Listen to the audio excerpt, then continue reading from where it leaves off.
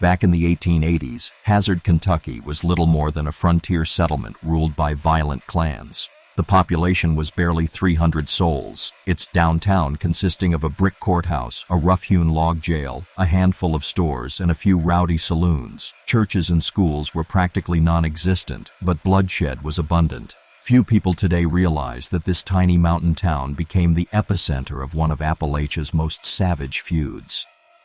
And no, it wasn't the Hatfields and McCoys, the feud Hollywood loves to dramatize. This war made that look tame. The violence here was so ruthless that even Devil Anse Hatfield himself would have barred his doors and peeked nervously through the curtains. For decades, the French-Eversole feud spread terror through eastern Kentucky, defying law, order, and even government intervention. By 1886, Kentucky carried the grim nickname Dark and Bloody Ground thanks to its rampant lawlessness. The wildest and most remote portion of the state lay in the east, around the steep ridges and hollers of what's now the Daniel Boone National Forest. This was where two powerful clans, the Eversoles and the Frenches, staked their claim. At the head of the Eversole clan stood Joseph C. Eversole, wealthy lawyer and the most influential man in Perry County. His family had fought for the Union in the Civil War, and though the war had officially ended 2 decades earlier, they continued waging their own guerrilla battles against rival Confederate sympathizers. Owning vast tracts of land and boasting deep pioneer roots in the area, the Eversoles had ties to nearly everyone.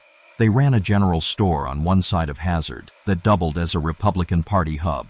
Many Klan members occupied local political offices, and with Joseph as a skilled attorney, they controlled the legal system itself. Judges, lawyers, and jailers were kin, and when your family rules, ends the courthouse, getting away with murder is not too difficult. On the opposite side of town, another force was rising.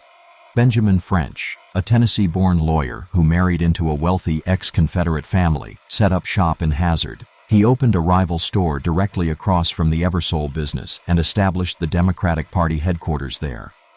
To Joseph Eversole, French was an interloping foreigner muscling in on his territory, a rival lawyer, a rival merchant, and worst of all, a Democrat. To Joseph, French was a threat that needed to be dealt with. But what Eversole didn't realize was that Benjamin French had ambitions far more dangerous than simple rivalry. French had aligned himself with a brand new coal company eager to secure mineral rights in Perry County. The company wasn't interested in farms or homesteads. It wanted what lay beneath the soil, coal. Farmers, unaware of coal's true value, were easily duped. French went door to door, offering mere pennies for mineral rights that were worth fortunes, cheating locals out of wealth buried beneath their land. When Eversole learned of this, he tried to warn the farmers not to sell. These were his neighbors, kinfolk, and allies. To him, French was nothing more than a conniving swindler. The animosity between the two men was common knowledge. Everyone knew they despised one another, but no one could have predicted just how far their feud would spiral. Traditionally, Appalachian feuds erupted among rough mountain men, not wealthy lawyers. That was about to change. The deadly spark came from a scandal. Benjamin French employed Thomas Watkins, who was engaged to a young woman named Thelma. One day, Watkins arrived at the store to find French paying far too much attention to Thelma, attention she seemed to welcome. Consumed with jealousy and fury, Watkins didn't confront French directly. Instead, he sought revenge through cunning. He went straight to Joseph Eversole, claiming he had overheard French plotting Joseph's murder. Eversole, alarmed, began gathering his armed supporters and hiring extra gunmen to protect him. When the French discovered Eversole was stockpiling fighters, he retaliated by assembling an army of his own. 40 mercenaries, many hardened Civil War veterans, trained in tactics and discipline. With financial backing from the coal company, he paid them $2 a day, a handsome wage in those days.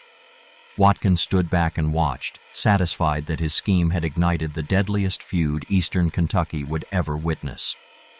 Hazard became a town under siege. Both sides fortified the surrounding hills, rifles ready. Townsfolk hid indoors, bracing for the inevitable gunfire. The opening shots came from Eversole's side. Joseph had been drinking and gambling with a local preacher, Not a typical man of the cloth, but a brawler who carried a Bible in one pocket and cards, whiskey, and a pistol in the other. What Eversole didn't know was that this preacher was a close ally of the French. As their drinking escalated, insults turned to fists. One of Eversole's gunmen shot the preacher, who stumbled out the back of the saloon. But before he could escape, Eversole himself stepped from the shadows and fired a bullet between the man's eyes. The murder of the preacher set Hazard ablaze in open warfare. Gunfire erupted from the courthouse clock tower, the saloons, and the wooded slopes. Men dropped dead in the dusty streets. Assassinations became routine along every trail in and out of town. For an entire year, killings happened nearly every week. Judges and lawmen abandoned their posts, fleeing Hazard for their own safety. Neither side could secure total victory, and both clans bled money trying to sustain their private armies.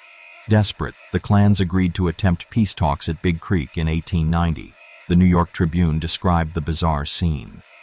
Both sides arrived heavily armed and had to be disarmed of multiple weapons each. Bayonets prodded them forward to meet in the middle of the creek. Their hands were tied together as they cursed each other's families. French sneered. "The happiest day of my life was when I shot your eldest son." Eversole fired back. "And I most enjoyed the day I put a bullet in your first wife. I've killed 32 Frenches, and I aim to kill 32 more." The French answered coldly. "Well, I've killed 34 Eversoles, and I hope to kill 100 before I die." They shared poisoned tobacco and booby-trapped walnuts, each attempting to kill the other even while pretending to parley. Needless to say, the peace didn't last. The French decided the feud could only end by eliminating its leader. He dispatched two of his fiercest gunmen, Bad Tom Smith and Joseph Atkins, to ambush Eversole. As Eversole, his son, and his father-in-law, a county judge, rode toward Hazard, the assassins struck from a pine thicket. The judge's son was shot from his horse, tumbling into a gully.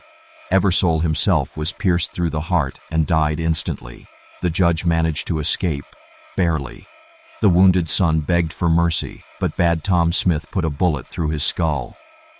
The French may have thought the war was over, but he was wrong. Eversole's son-in-law, John Campbell, seized command of the clan and declared martial law over Hazard.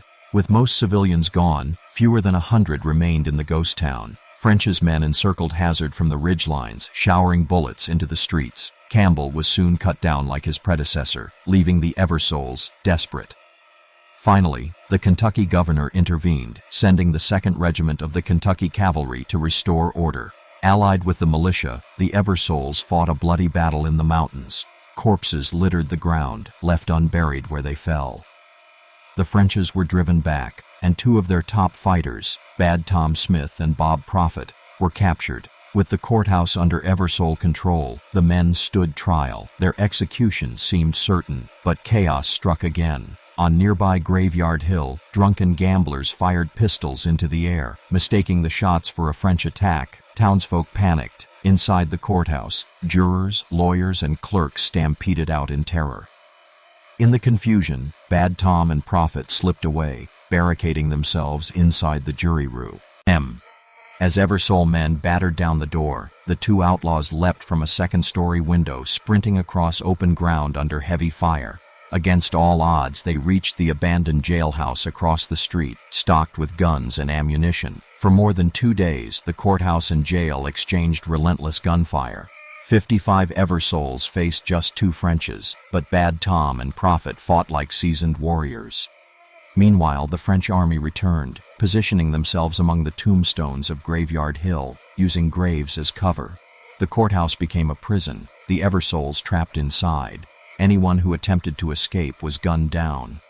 The Frenches decided to finish the feud with one final, ruthless assault. First, they bombed the county judge's home with dynamite, killing his entire family. Then, under cover of night, they surrounded the courthouse, dousing it with kerosene. The flames consumed the building, along with the trapped Eversoles and every shred of legal evidence. Hazard itself burned. Benjamin French had won his war. But Appalachia has a long memory. In 1913, 15 years after the feud, Benjamin French stepped off a train out west. Amid the bustling crowd, his eyes met those of a woman he recognized, Joseph Eversole's widow. As he tipped his hat, a voice cut through the air. "Burn in hell, you son of a bitch!" Her son raised a gun and shot Benjamin French dead in the street. He was the only person ever convicted in the entire feud. His crime? Disturbing the peace. His punishment? A $75 fine.